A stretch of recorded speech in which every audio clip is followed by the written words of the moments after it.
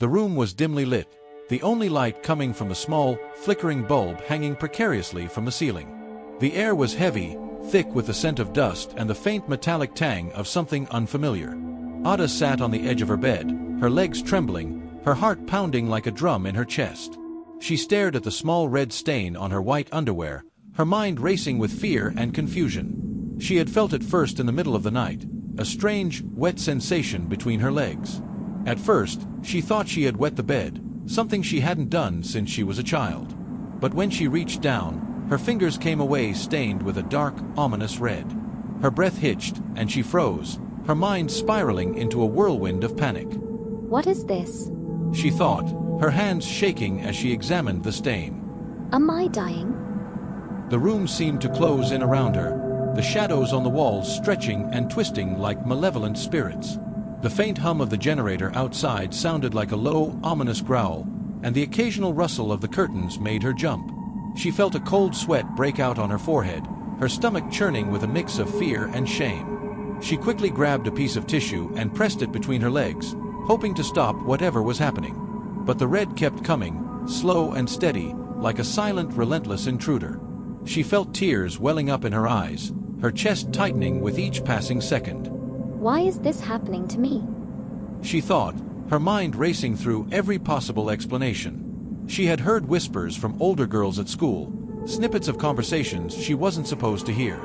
Words like period and womanhood floated in her memory, but they were vague, elusive, like fragments of a dream she couldn't quite grasp.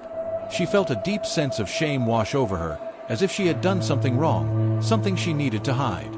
She quickly stripped the bed, balling up the stained sheets and shoving them into the corner of the room. She changed into a fresh pair of underwear, her hands trembling as she tried to clean herself up. But no matter how much she scrubbed, the fear and confusion remained, clinging to her like a second skin. The clock on the wall ticked loudly, each second echoing in the silence of the room. Ada sat back down on the bed, her knees pulled up to her chest, her arms wrapped tightly around herself. She felt so alone, so lost. She wanted to call out for her mother, but the words caught in her throat, choked by the weight of her fear and shame. Just as she was about to give in to the tears, the door creaked open. Ada's heart leapt into her throat, her eyes darting to the doorway. Her mother stood there, her silhouette framed by the soft glow of the hallway light. She looked tired, her hair tied up in a loose bun, her nightgown slightly wrinkled. But her eyes were sharp, immediately noticing the distress on her daughter's face. Ada? Her mother said softly, stepping into the room. What's wrong? Ada opened her mouth to speak, but no words came out. Instead, she burst into tears, her body shaking with sobs. Her mother rushed to her side, sitting down on the bed and pulling her into a tight embrace. Hush now, it's okay. Her mother whispered, stroking her hair. Tell me what's wrong. Ada hesitated, her face burning with shame. But the warmth of her mother's embrace gave her the courage to speak. I think something's wrong with me. She stammered, her voice barely above a whisper. I'm bleeding. Her mother's eyes softened, and a small, understanding smile tugged at the corners of her lips. Oh, Ada. She said gently. There's nothing wrong with you. This is something that happens to every girl when they grow up. It's called your period. Ada looked up at her mother, her tears slowing as she tried to process the words. My period? Her mother nodded, her voice calm and reassuring. Yes, Ada. It's a natural part of becoming a woman. It means your body is growing and changing, preparing you for the future. It's nothing to be afraid of. Ada's fear began to ebb away, replaced by a growing sense of curiosity. But why does it happen? Her mother smiled, brushing a strand of hair from Ada's face. It's your body's way of getting ready to have a baby one day. Every month, your body releases an egg, and if it's not fertilized, your body sheds the lining of your womb. That's what the blood is. Ada's eyes widened as she listened, her mind slowly beginning to understand. So, it's normal? Yes, Ada, it's completely normal. Every woman goes through it. And now, you're becoming a woman too.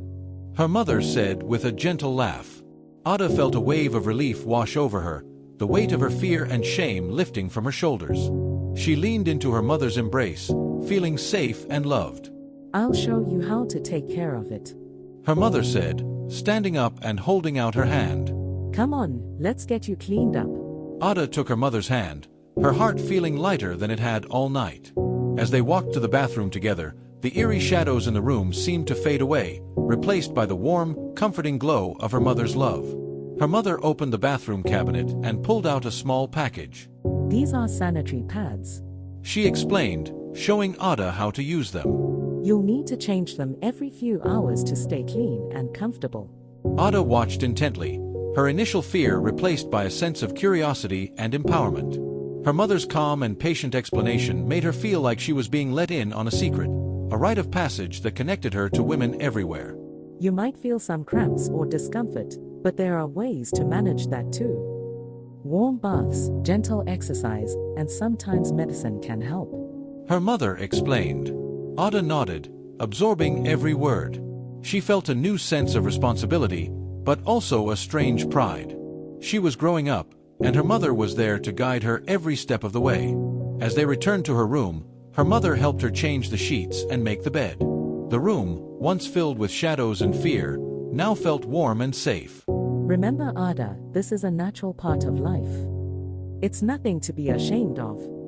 If you ever have questions or need help, I'm always here for you. Her mother said, sitting down on the bed beside her. Ada smiled, feeling a deep sense of gratitude.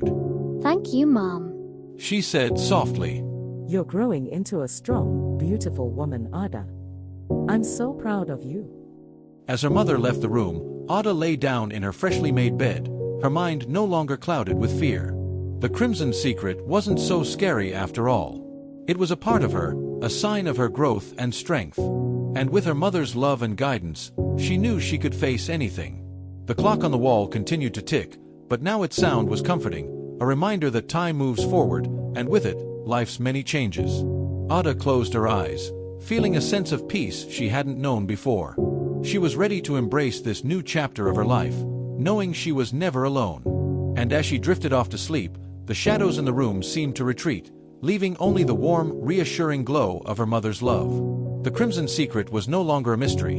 It was a part of her story, a story of growth, strength, and the unbreakable bond between a mother and her daughter. If you enjoyed this story and want to watch more heartfelt and inspiring videos, don't forget to subscribe to our channel. Hit the like button if this story resonated with you, and turn on post notifications so you never miss an update. Share your thoughts in the comments below. What did you think of Ada's journey? And how did you handle your first menstruation?